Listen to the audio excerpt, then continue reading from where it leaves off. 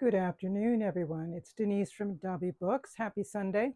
I'm a day late, and that's because I had to work yesterday and try to get some studies out of the way.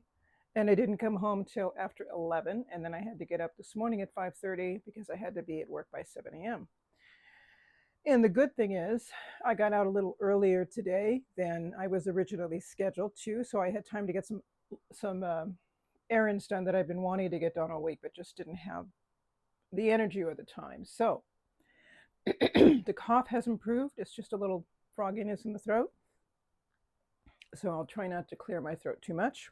First, let me show you what I've been working on, what I've been reading. I don't think I've finished anything this week. I'm still all just a work in progress. And then I'm going to show you a little bit of a book haul that I did. And I've got some more over there that I have to get. But let's get started with what I have read.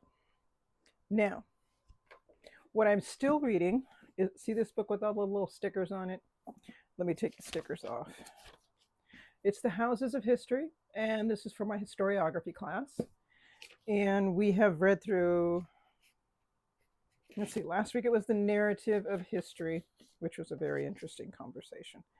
And we also read through post-colonial perspectives, what it grew out of, how that has changed the historical narrative on subjects that we're already very familiar with, like American history, Latin American history, etc.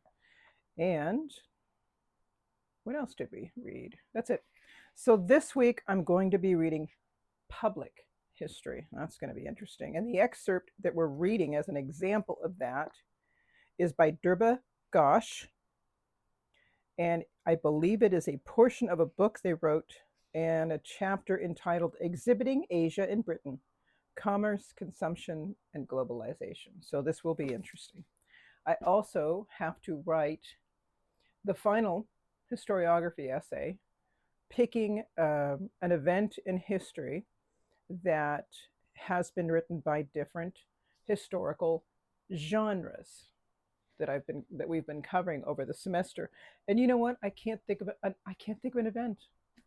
My mind is so blank on that. I should have submitted my idea last week, and I haven't even begun. What can I write about? Maybe something in American history, perhaps, that I can pull different historical interpretations of it. I know some of you guys are teachers. If you've got any ideas, I'm all ears. I need suggestions. This is due next month, and I haven't even started. And in the meantime, I'm working on my capstone, which is a 20-page essay, and that's coming along well. But now I have another one that's 15 pages for my historiography class. I haven't even begun. So really, truly, people, give me ideas. I need them. Thank you very much. Now, the next book that I'm currently reading, and this is for my capstone, and I have found it just a wonderful book. I have, that I'm doing my capstone on Philip Pullman, and there are no biographies or autobiographies or memoirs on Philip Pullman, so I've had to find what I can. And the best source that I have found thus far is a book written by Philip Pullman himself entitled Demon Voices on Stories and Storytelling. And it's not just on writing, and it's not just on storytelling.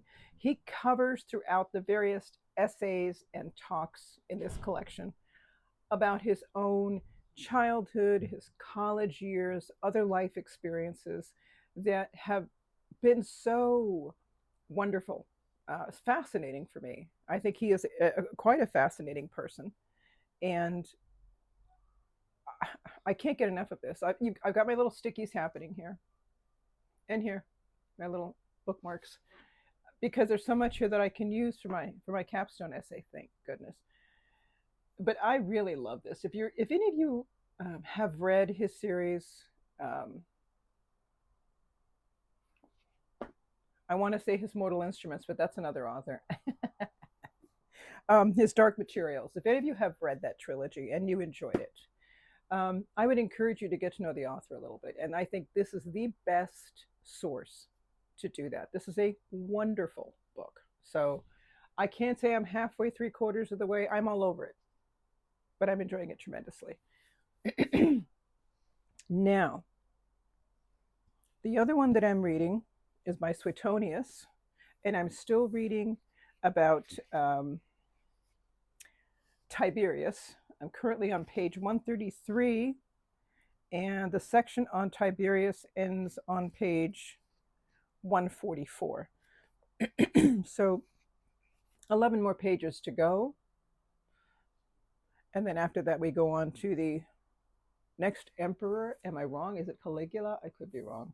Who's also in this book, but I'm looking forward to see which book Robert G., reader of books, recommends. So we'll see.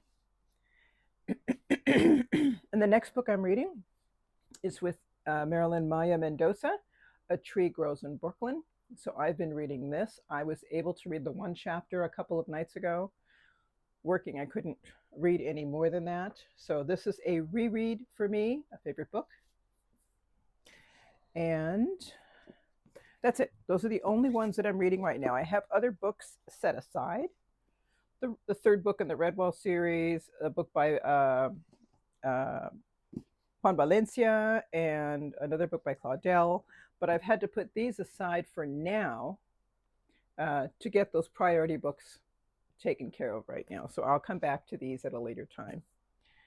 Okay, what am I going to be reading? This one. This is for our YA class. This is I believe, the final book that we are going to be reading for the semester, Fangirl. Apparently this is, I would imagine, one of those well-known classic books in the YA genre that I'm out of the loop. I didn't know about it, so now I'm going to learn. And we also, but because we're learning about the different formats in YA, we're going to be reading a portion of the novel, and the same portion from the novel we're also going to read in the graphic novel format. The graphic novel, which is in Manga, so you have to find it under the Manga section, comes in 3 parts. I only got 1. I'm not, I probably don't need to get the other 2. We'll see. If I really like the book, I might get the other 2 mangas. But this is what we're going to be reading next, and that will be starting this week. Now, I got a few things, so give me just a minute, and I've got to pick up the ones that I have sitting on the shelf. Okay. These books I got a few days ago.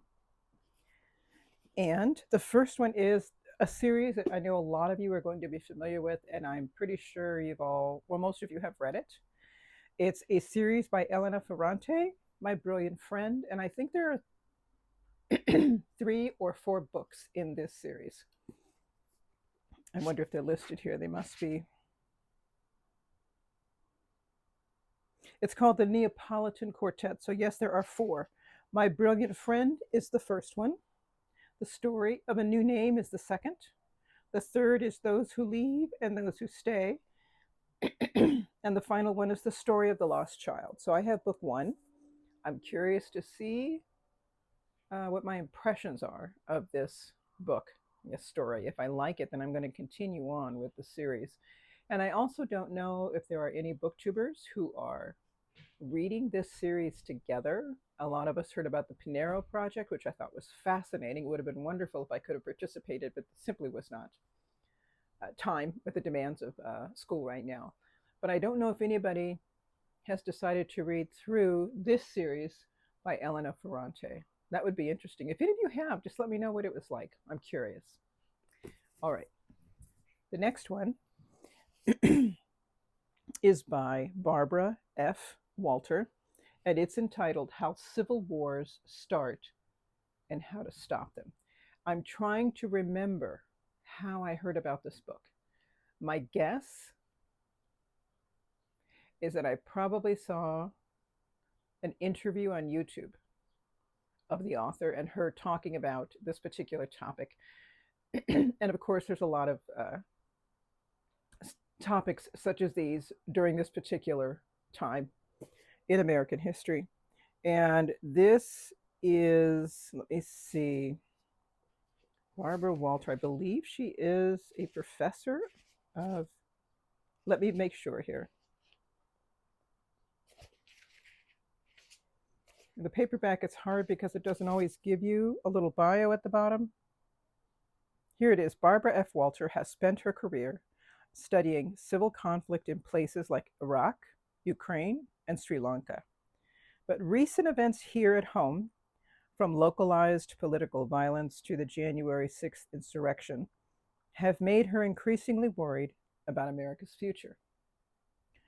In this rigorously researched and lucidly argued book, that's Esquire saying that, Walter reveals the warning signs where civil wars tend to start, who initiates them, what triggers them, and why some countries tip over into conflict. Perhaps surprisingly, both autocracies and healthy democracies are largely immune from civil war. It's the countries in the middle ground that are most vulnerable. And this is where more and more countries, including the United States, find themselves today. Drawing on lessons from conflicts around the world, Walter redefines civil war for a new age, providing the framework we need to confront. I can't read with these glasses. Providing the framework we need to confront the danger we now face and the knowledge to stop it before it's too late. So, the interview, I thought, yeah, it was an interview. It really got my attention. So I thought, let me get this book. Let me, give it a good run through because I really want to hear more of what she has to say. And it's not terribly thick. It's how many pages? Not including the index. It is, or the notes. Skipping the notes, the book is 230 pages long. So that's not bad. That's not bad. So there we go. That's the next one I'll read. And the next one I got, who would have thought this girl here raised in a Mexican Catholic home would ever in her life purchase a book like this? But I have. I certainly don't feel guilty about it. I simply feel that this is where we're at. This is a book entitled Abortion Stories, American Literature Before Roe v. Wade. So this is a collection of stories. I don't know if they're a combination of fiction and nonfiction or if they're all fiction. And they're all on the topic of abortion and what women faced before Roe v. Wade went into law. It's a diverse collection of writings on abortion published before 1973. You'll read stories that elucidate and enrich a view of abortion as one element of the human experience, woven into stories of love and death and medicine and motherhood and enslavement and emancipation. And then it lists some of the authors, rare firsthand accounts from providers and seekers. Justice-Minded Collection compiles intersectional representations of abortion to show how access to abortion is often race and class dependent, and how the repercussions of an illegal abortion also vary depending on such factors. And I thought this was, again, I heard about this through another link, which I'm never going to remember at this point, but it intrigued me, and I want to read it. Because in 1973, when Roe v. Wade went into law, I was only 10 years old. Too young to know what was happening in the world, to have any sense of, So I think this is going to be a good thing for me to read, because I don't think, obviously growing up in a pro-life home, I didn't really hear the other side. I heard about the other side from my side, but I didn't hear a whole lot, if anything, from the other side about their side. Some things I got today. Remember how I told you I'm reading about Philip Pullman? Well, now, of course, I want to read more of his works. And the Historic Materials trilogy has a continuation. It's not part of that trilogy, it's a separate thing. And I don't know if these sequels are another trilogy. That I don't know. I'm trying to check out here. I don't see it. Okay. So the first book that is a continuation of the story of Historic Materials is entitled The Book of Dust. So it's volume 1, La Belle Sauvage, The Book of Dust. I will be reading this over the summer. Volume 2. Okay, and volume 2 of this Dust series is entitled The Secret Commonwealth, The Book of Dust, volume 2. This is a little bit thicker. This is a bit of a chunker here, whereas the Book of Dust is a little bit smaller. And I think that's it. I think it's just these 2 volumes, The Book of Dust and The Secret Commonwealth. So I will be reading these 2 books over the summer. And of course, Philip Pullman has purchased many more books than this, so I don't think I'll ever get through them. But it might be one of those little projects I work on. You know, it's like, oh, I'll keep the titles in mind. And if I, happen upon a used bookstore, or even, a bookstore I'm visiting in another state or another country, and I happen to see one of those titles, I will purchase it. And it'll be neat. And I'll have my Philip Pullman collection. Another one that I got today, and I got this because this is one of the books that Pat from Book Chat with Pat had mentioned several times. In fact, it's one of the books she loves to teach. And this is a book I read in high school. I didn't like it. I could not relate to it. It was very negative for me. It disturbed me. All I remember, I think I was a freshman, sophomore, who knows? Maybe I was a sophomore. I didn't like it. I don't even remember finishing the book. People would talk about it and I would sit there just feeling all depressed, like, oh my gosh, this story was just so yucky. I was not ready for it. I just was not ready for it. And it's the book entitled The Catcher in the Rye. And now that I'm an old lady, I figure I can handle it at this point. And just listening to what Pat had to say about it, and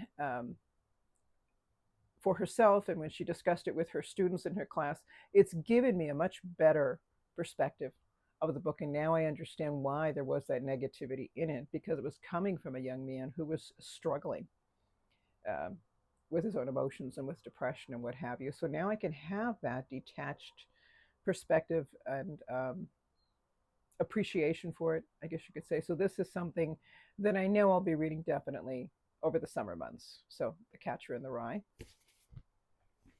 And a final one I got, no, 2 more. Erasing History, How Fascists Rewrite the Past to Control the Future by Jason Stanley. Jason Stanley also wrote another book entitled How Fascism Works. I learned about this book through an interview with this author that I saw on YouTube. And I definitely want to read it. And I believe that Jason Stanley is, let's check the dust cover here. Yes, Jason Stanley is the Jacob Urowski Professor of Philosophy at Yale University. The interview I saw with this author is where he mentions that he was considering moving to Canada because of the political climate right now. Academics are getting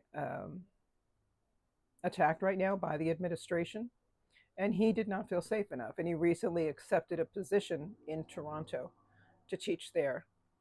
And he's not going to be the last academic that will be leaving the country, I know.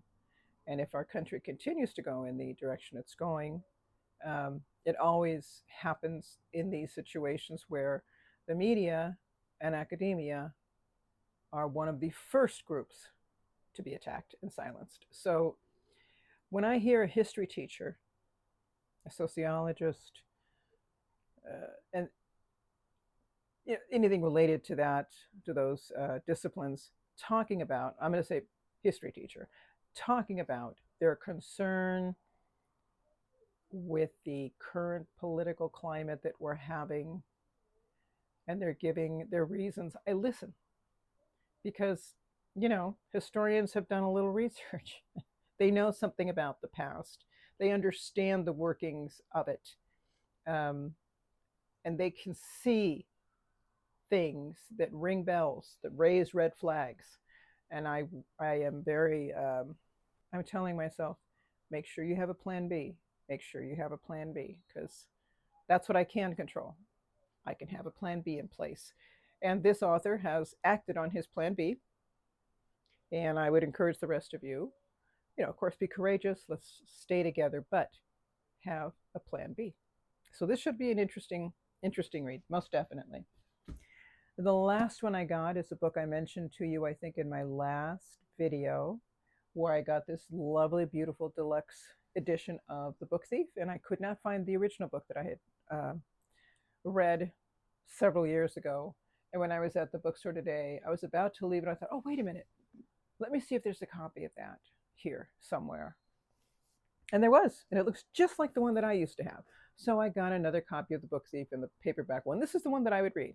I don't read the pretty ones. So they're the looky new touch. The books, my beautiful books, are the looky, no touchy books. They're just pretty, they're lovely. You look at them, you don't touch them. This one I can definitely read. So I got The Book Thief. So there we go.